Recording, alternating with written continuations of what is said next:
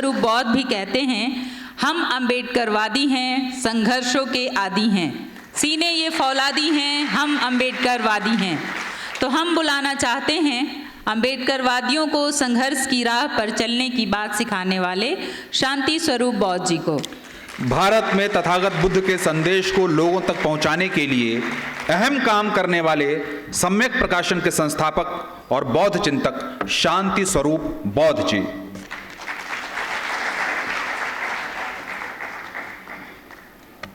आज की इस जानदार और शानदार सभा को आरंभ करने से पहले मैं सबसे पहले करूंगा बुद्ध को नमन, बाबा साहब को नमन। इस देश के हाशिए के तमाम लोगों के लिए काम करने वाले सारे साधु संतों और क्रांतिकारियों को नमन। आज की इस ऐतिहासिक सभा के हमारे लाडले अध्यक्ष प्रोफेसर विवेक कुमार जी, हमारे मध्य पधारे पत्रकारिता जगत की जाज्वल्यमान हस्ताक्षर आदरणीय उर्मिलेश जी, और जिनको हम बौद्ध विद्वान कहें या अर्थशास्त्री कहें, क्या कहें मेरी समझ में नहीं आता, हम सबकी आशा के प्रदीप आदरणीय हम सबके आदर के जोग आनंद श्री कृष्ण जी। यहाँ नीचे तमाम लोग जो बैठे हैं वो ऐसा नहीं कि हम ही बहुत फन्ने खा हैं, नीचे जो बैठे हैं हमसे भी बहुत काबिल हैं, हमसे भी बहुत प्रतिष्ठित हैं। मैं उनका नाम इसलिए नहीं लेना चाहता क्योंकि पहले ही कार्यक्रम देर से शुरू हुआ है और मैं नाम लेने लगा तो कार्यक्रम खत्म होने की स्थिति में आ जाएगा। आज यहाँ जब मैं आपके सामने आया हूँ तो एक बड़े अचरज भरी स्थिति में आया हूँ। दलितमत.com आरंभ हुआ और 1.5 साल में ही दलित दस्तक पैदा हो गई। ये दलित दस्तक है क्या आफत है, 5 साल में इसने वेब चैनल को जन्म दे दिया।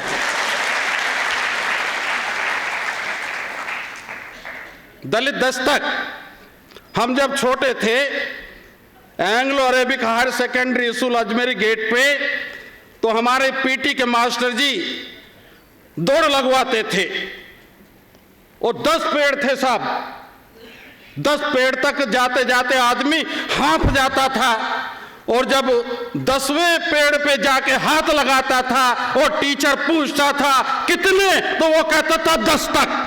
तो इसका मतलब मैं तो बचपन से ही सुनता आया हूं कि जीत का नाम, विजय का नाम अगर है तो वो दस्तक है, और दलितों की दस्तक अगर कामयाबी दिखाने लगे तो समझो इस देश में अब अपना सिक्का चलने वाला है। हम पिछले दिनों बहुत ठगे गए, बहुत लूटे गए। पिछले दिनों जो नहीं होना चाहिए था वो भी हो गया, मगर हमारे जैसे मायूस लोगों को अगर उत्साह की राह दिखाई, अगर भविष्य को उज्जवल करने की राह दिखाई तो दलित दस्तक ने दिखाई। आज हम यह दलित दस्तक के मंच पर खड़े होकर कह सकते हैं कि साहित्य क्या होता है। हमसे ज्यादा इस देश के जो इलियट क्लास है, जो सवर्ण क्लास है, वो नहीं जानता। उन्होंने साहित्य के बारे में जो परिभाषाएं घड़ी वो हमारे काम की नहीं है। मैं जब 97 में इंग्लैंड गया था और वहाँ के साउथ हॉल के डॉक्टर अंबेडकर भवन सेंटर में गया था तो वहाँ कुछ दूसरे लोग भी भारतवर्ष से गए हुए थे। एक सज्जन बोले कि साहित्य समाज का दर्पण होता है। हमने कहा रुकिए, आप अपना नाम बताइए। कोई इलाहाबाद के कोई दुबे साहब थे।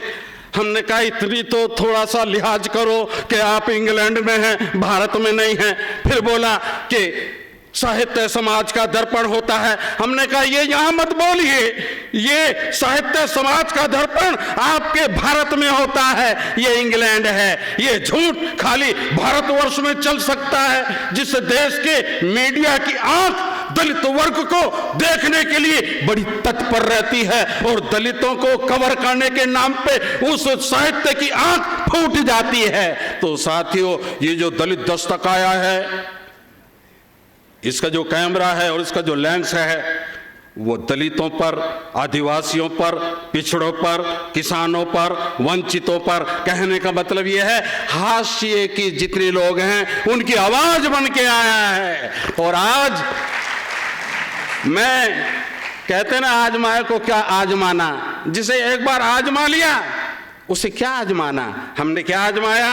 अरे दलितमत.com क्या बन गया? दलित दस्तक। और दलित दस्तक पत्रिका क्या बन गई? आज आपके सामने न्यूज पोर्टल। तो अब मैं कह सकता हूं आगे आने वाले समय में पूत के पांव पालने में दिख जाते हैं। इस भारतवर्ष के सबसे सशक्त चैनल का जन्म इसी मंच से होगा।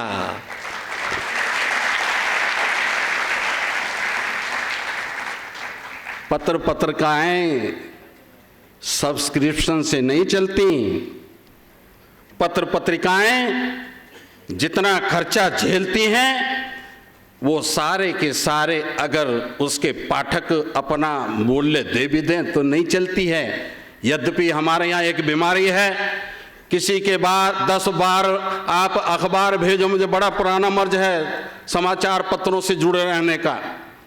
मैं कह सकता हूं कि आप किसी के पास 10 पत्रिकाएं भेजो, जिसके पास आपने पत्रिकाएं भेजी आपने सोचा था कि कुछ मेंबर बनेगा, कोई मेंबर बनाएगा, और वो जिसके घर में पत्रिका जा रही है वो क्या सोचता है? अरे तू इतना महान हो गया कि बगैर बुलाए तेरे घर में पत्रिकाएं आ रही हैं। उसको एक दिन भी ख्वाब में भी ये ख्याल नहीं आया। ये पत्रिकाएं पैसे से निकलती है। ये पत्रिकाएं पूरा समय चाहती हैं, पूरा परिश्रम चाहती हैं, पूरा टैलेंट, पूरा सामर्थ्य चाहती हैं। इस मंच पर जितने भी लोग बैठे हैं साथियों, याद रखो, अगर पत्रिका का अंत होता है तो वो पत्रिका का अंत नहीं हुआ, वो उसके पाठकों की जिम्मेदारी परास्त हो गई। वो इस बात का प्रमाण है। और कोई पत्रिका अगर चलती है तो इसका मतलब भी ये है कि उसके पाठक वर्ग जागरूक हैं और उसका जो संपादक, उस मंडल का जो परामर्शदात्री समिति है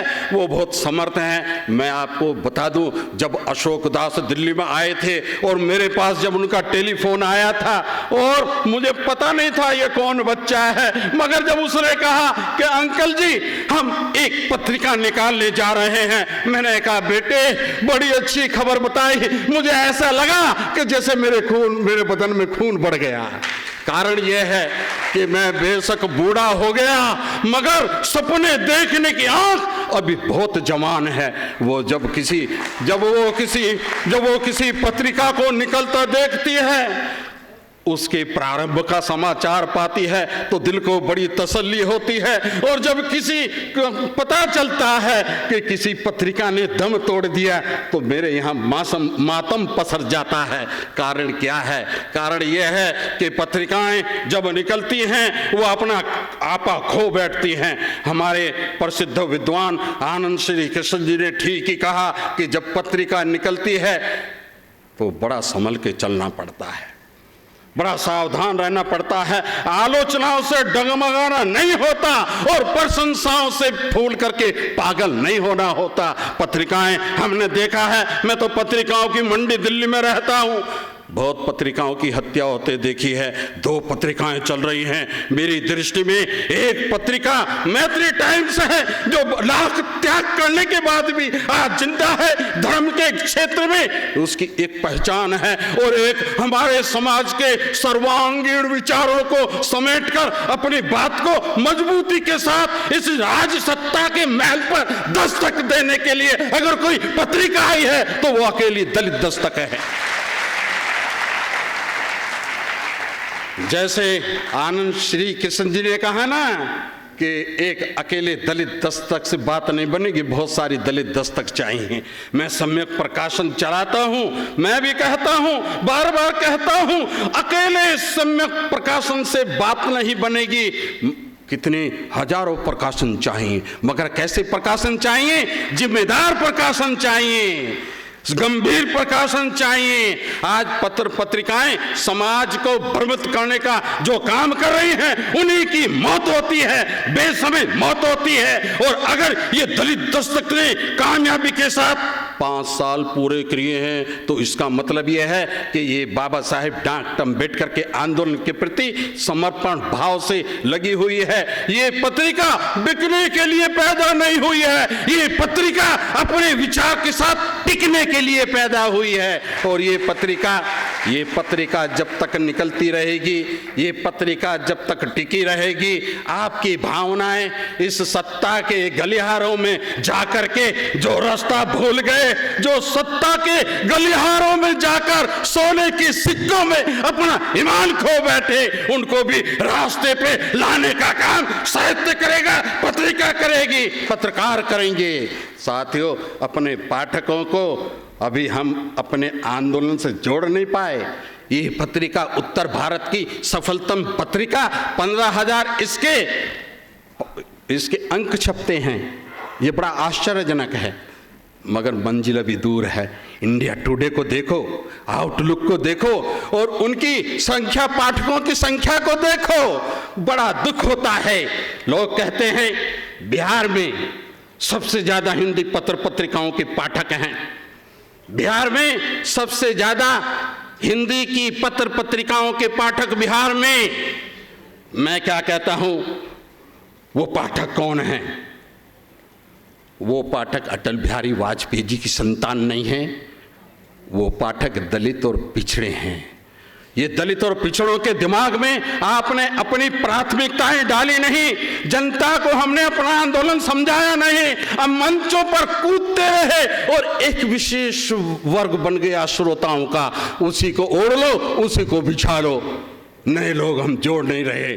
अभी हमने यूथ फॉर बुद्धिस्ट इंडिया ने पहला कदम रखा और लखनऊ के एडवोकेट सुरेश साहब मेरे सामने बैठे हैं, भारतीय बहुजन महासभा के वो उसके सर्वे सर्वा हैं।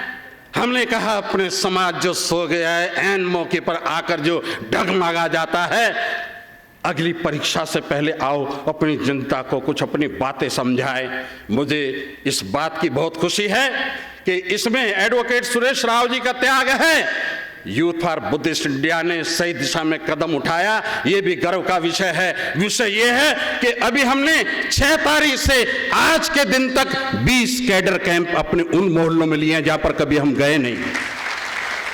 बुद्ध कहते हैं, मैं बार बार कहता हूं, बुद्ध ने कहा था, सारनाथ में कहा था, अपने प्रथम 5 शिष्यों को कहा था, धम्मचक्र प्रवर्तन सूत्र का उपदेश देते हुए कहा था, चरतो भिक्षुओ चारिकं बहुजनिताय बहुजन सुखाय। अरे भिक्षुओ चलो, चारिकाएं करो, पहल कदमी करो और पैदल चल के कहां जाओ, जहां जाकर के लोगों का सुख और लोगों के कल्याण की बात कर सको।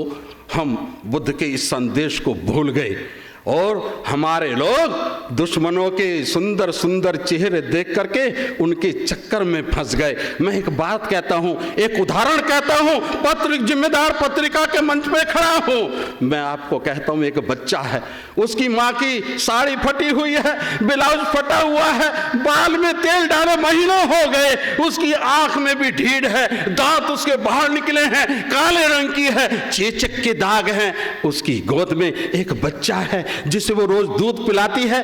क्या हम उस बच्चे को उससे छीन करके किसी फिल्म एक्टर की गोद में देंगे तो क्या वो वहां सुखी रहेगा? नहीं, उसको लात मार के अपनी मां की गोद में आकर के सुख मानेगा। मेरे समाज के नेताओं को इस छोटे से मासूम बच्चे जितनी भी अकल नहीं है, ऐसे चौरे के सिक्कों पर अपनी चाल निर्धारित करने वालों, इस समाज की तालियों की ताल पर तुम राज मुकुट पहनने वालों, याद रखो, बाबा साहब ने कहा था, रिपब्लिकन पार्टी से जब लोग जा रहे थे उनको कहा था, तुम अपनी झोपड़ी को छोड़ के जाना मगर इसे बरकरार रखना, जब तुम्हें वहां पर तुम्हारी पीठ पर लात पड़ेगी तो तुम्हें इसी झोपड़ी में शरण मिलेगी, इसको आग लगा के मत जाना। तो साथियों, कुछ कहने की जरूरत नहीं, नाम लेने की जरूरत नहीं। ये जो 17 लेके आया खतरा और ये जो 19 जो एक आस बंधाएगा, इसमें ताली बजाने से काम नहीं चलेगा।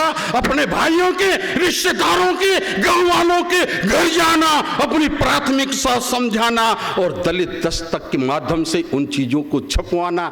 देखते हैं कैसे नहीं भारतवर्ष की तस्वीर बदलती।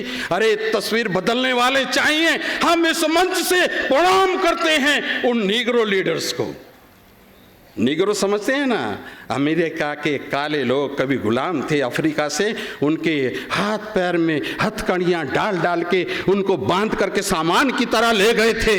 एक वक्त आया कुछ समझदार व्हाइट लोगों की मेहरबानी से उनकी गुलामियों की जंजीरें टूटी और उन्हें जीवन में खोया ही खोया है। समाज को आगे बढ़ाने में ये समझते हैं कि हमें कुछ मिल रहा है, इसलिए भाषण तो भैया ऐसा है हम सुबह तक भी दे सकते हैं। भाषण में कोई लागत लगती नहीं। भाषण आज देने, बाबा साहब के जमाने में किसी की जबान नहीं खुलती थी, बाबा साहब के अलावा कोई बोलने वाला नहीं था। आज की समस्या ये हो गई है कि बोलने वाले पैदा हो गए हैं। बाबा साहब के जमाने में कोई संस्था नहीं थी, आज क्या हाल हो गया। ये कारपेट उठा के देखो 5500 संस्थाएं मिलेंगी, मगर काम इल्ले कुछ नहीं।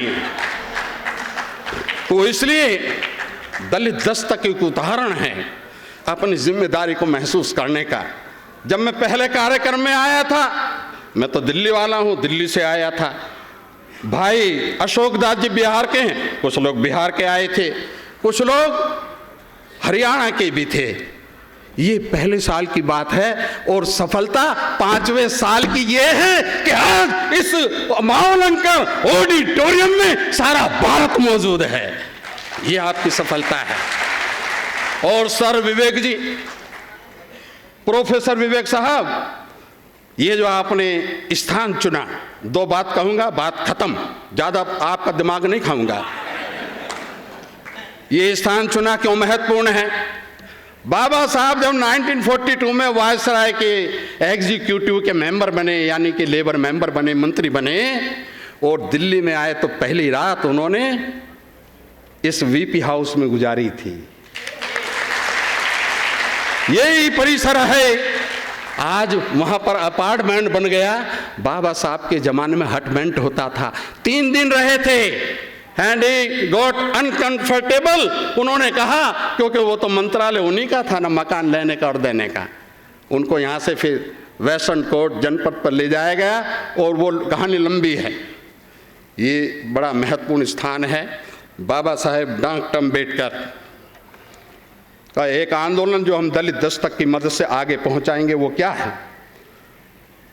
एक बहुत खराब मुल्क से एक बहुत अच्छी खबर आई, पाकिस्तान से आई। वो क्या आई कि दलीप कुमार का बंगला, मैंने भाई अशोक जी को उस बारे में बताया, दलीप कुमार का बंगला जर्जर हो गया, टूटे बगैर उसका चारा नहीं था, उसको तोड़ना पड़ा। मगर उस खराब सरकार ने एक अच्छी घोषणा ये की कि दूसरा मकान बिल्कुल एग्जैक्ट हम उसको बनाएंगे, एग्जैक्ट रिपल्का, यानी कि उसकी मकान की ट्रू कॉपी बनाएंगे।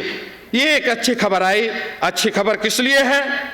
अच्छी खबर इसलिए है कि ये जो तिलक मार्ग है, तिलक मार्ग के कोने पर इंडिया गेट के बिल्कुल सामने एक कोने पर पटियाला हाउस है और इधर एक कोठी टूटी पड़ी है।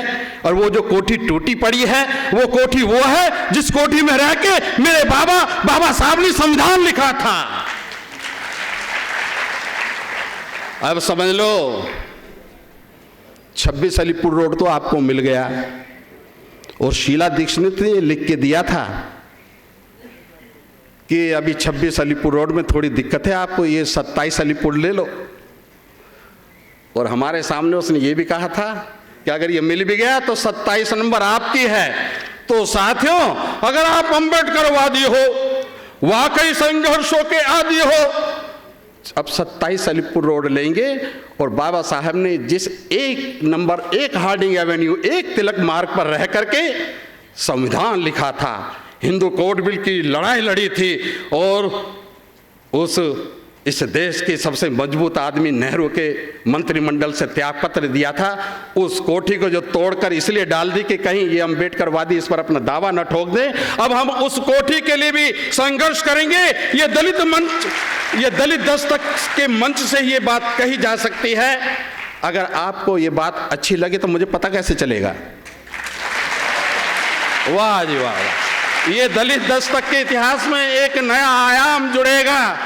और जाते जाते जो मेरी आदत है, मैं 5 लोग भी होते हैं तो मैं ये जरूर बुलवाता हूँ, मेरे साथ बोलेंगे।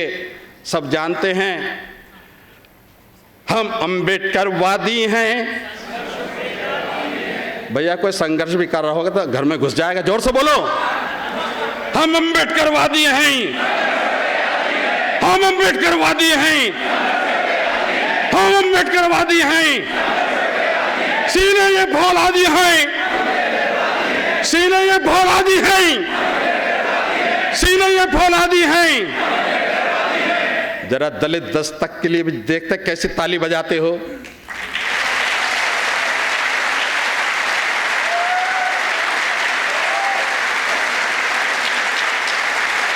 बस भैया बस, ये बुढ़ा खुश हुआ और अपनी सीट पे वापस। धन्यवाद।